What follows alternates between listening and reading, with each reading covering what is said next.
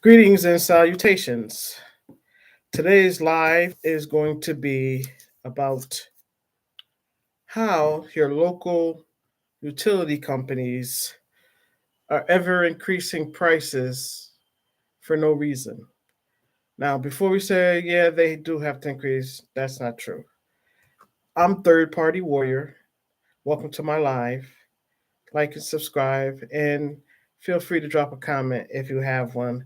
I know this is happening to me, it's got to be happening to you. So let's get this started. Here in the Northeast, where I reside, we've had two, maybe three tropical storms starting maybe from 2020 to 2023. The local utility company could not handle when I believe it was over a quarter of a million tropical storm Aisa, I believe I said that right, came about. And I, for one, it was very chilly out. And I, for one, was in the cold for several days. I know people that were in there for 2 weeks. But I'm getting off topic. And this is one of the reasons I created the channel because there's a lot of outrage of what's going on. So, what has happened is in the past 3 years, Eversource, which is a company out here, has raised their increases, I'm going to say several times. Now, Eversource employs over 10,000 employees. They serve over 4 million customers from New Hampshire, Massachusetts, and Connecticut. And their operating revenue or net profit for 2023 was 11 billion with a B dollars. And they're down from the year before, which was 12, 12 million, 12,200,000,000 or so. So they are definitely making a profit, but they take every opportunity to do a rate increase. Now they're just doing one now. Hopefully, I thought they would deter it, but they're not. That's what part two is going to be about in the next one I log into because this we have a lot of ground to cover with this. So for other people, I'm a regular American that pays the light bill just like you. So we could deal with the increase. They do have operational cost, things goes up. But what's going on lately is that it seems that particularly this company asked for a rate increase, it seems like to me, I'm not exaggerating, every 3 to 4 months. And I'm for one that's upset and outraged because I feel personally, as I know many of you feel the same way. Why are they all the time always want a rate increase and stuff? So they try to say global demand. I think that's possible. Global demand is a part of it. Okay, price increases. But to me, it doesn't account for the increases that you have done. Now, when Tropical Storm Ais hit, and they actually had to bring in outside companies to help restore the power. They then turn around right after that to offset all of that and ask for an increase. They said they needed to pay for the increased manpower that they had to use, and because they haven't updated anything in a very long time, that was one of their reasoning. Now, I, like other consumers, I could swallow that. I think you could probably see that's reasonable. But every time you turn around, they want to do a rate increase. So that's what I want to delve in. What's behind that? Why is it? Here it is, 2024. So 2021, 2022, 2023. You're always going to the regulators here, and that's who they have to go through to ask for a rate increase. They have to, I guess, present why they want a rate increase and what's the cause. So they have a list and a very long list of reasoning why they want to do the increase. So one of the things is I do believe they should increase if things goes up. I mean, even if the global market and stuff. But the thing that I don't understand is it's such a monopoly on the East Coast that there's only one to two major electric companies that supply it. And why is it not open to outside vendors or outside companies? Is there a bidding process? Now that I'm getting ahead of myself because I'm going to cover that in part two that I do in the next live. I'm going to delve into why and see if I could get some answers to what this question is. But I'm going back to I'm jumping ahead of where I want to go with this, and that is again the consumer. The consumer is getting hit in the pocket, which is you, which is me. Constantly, always, every time you turn around, there is, well, we need a rate increase because, we didn't account for the global demand. Okay, that's not budgeted in. Now, you made, according to your own facts, you made in 2023 $11 billion. So, where is it that they're hurting that they need to do another increase?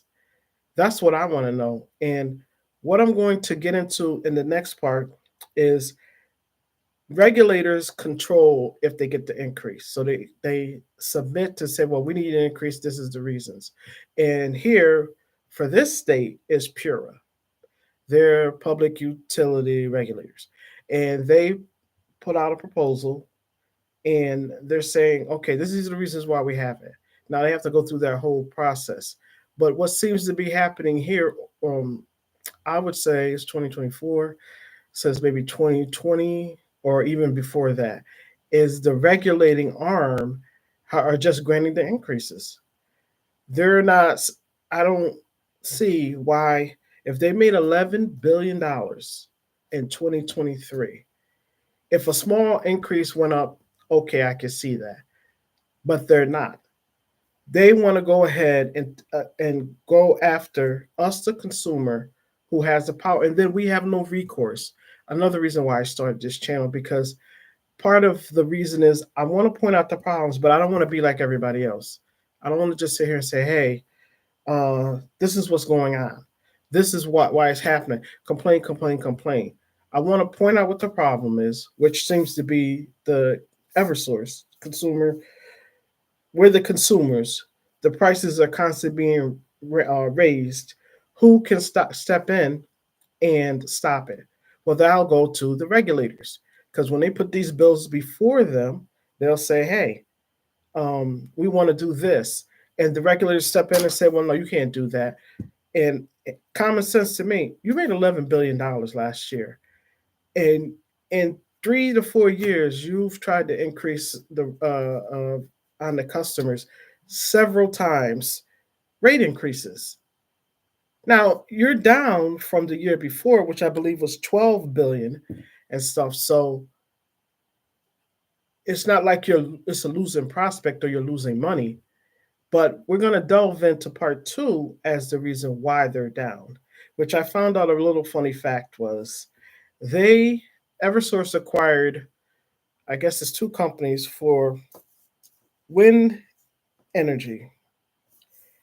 And the company South Fork Wind and Revolution Wind. They bought shares into that company and acquired it, and they've losing money. And what they're doing is they decided to sell off the shares. So to me, it makes sense.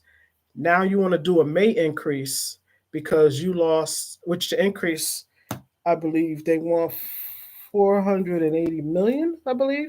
Okay, I'm just looking off into what I wrote down.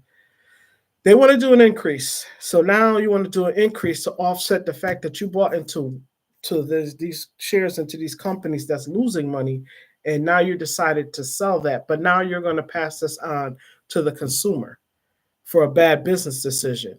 And one of the things that I don't understand, which I'm going to cover in part two, is I'm going to try to get an answer out of the regulators, which is PURA here, Public Utility Regulator. I want to understand as to why they lost money from, because that's how I associate. I keep it real simple. You bought bought shares into this wind energy found out it was a losing prospect, lost over $400 million in the prospect. You're trying to sell off the shares, but yet you run to Pura and ask for an increase, but you say the increase is because uh, you didn't know the cost of things, global market and stuff. And the consumer, which is us, which is me, which is you, have no other choice but to eat it. And Pura's supposed to play, the regulator's supposed to play a part in that. They are the ones that's supposed to look at this. If I'm seeing this and I'm just a regular consumer and I see this and I say, okay, they lost money, so they got to sell off because it was too expensive. That's fine. You lost some money, but you're trying to make that money up off of the backs of customers again. And at the frustration level, I actually went through all the comments on the EverSource um, website, the reviews and stuff. And people are is so negative. And just to some of the stuff that were said that said Pure was run by lobbyists who are just passing things on. But it's under the consumer paying for it, which making it more expensive. So at what point is Pure going to rein them in? That's going to be covered in part two, which I'm going to end this live now. I just wanted to lay these facts out to you that you have a utility company where there's only one in this East Coast area that's constantly raising their prices, that's finding out all kinds of reasons why and stuff.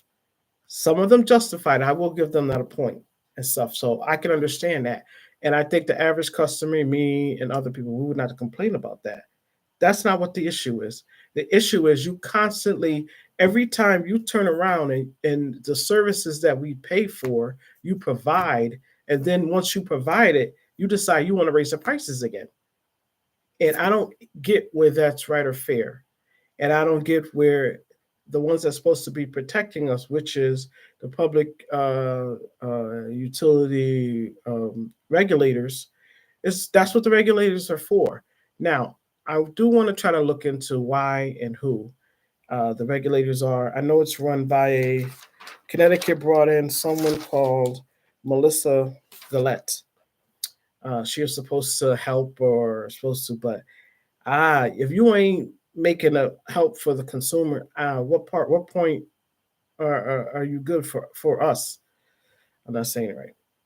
What part are you helping us where they're constantly raising the prices and you were brought in to get things on track, but you got things on track for the stakeholders. Now, one of the things I'm going to cover also in part two is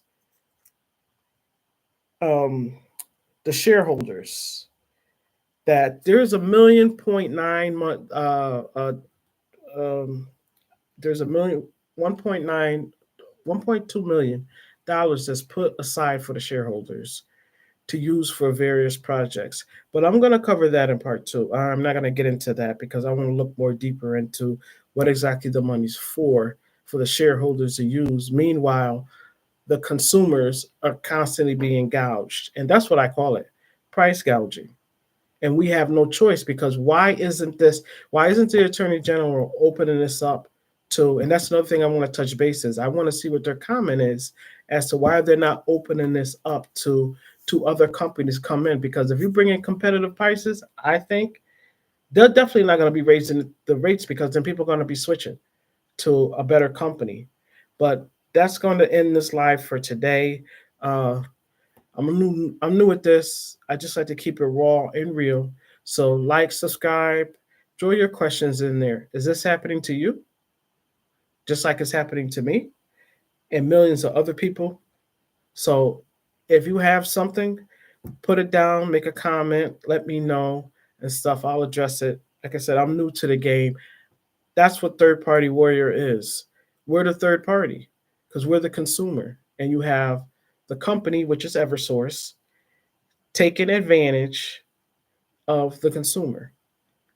And I want to address that because the only way we're going to change that, not only is we really need to get it out there on social media and really put it out there to the public, but let's find some solutions as to what we could do or what we can change us, not someone that's already in office.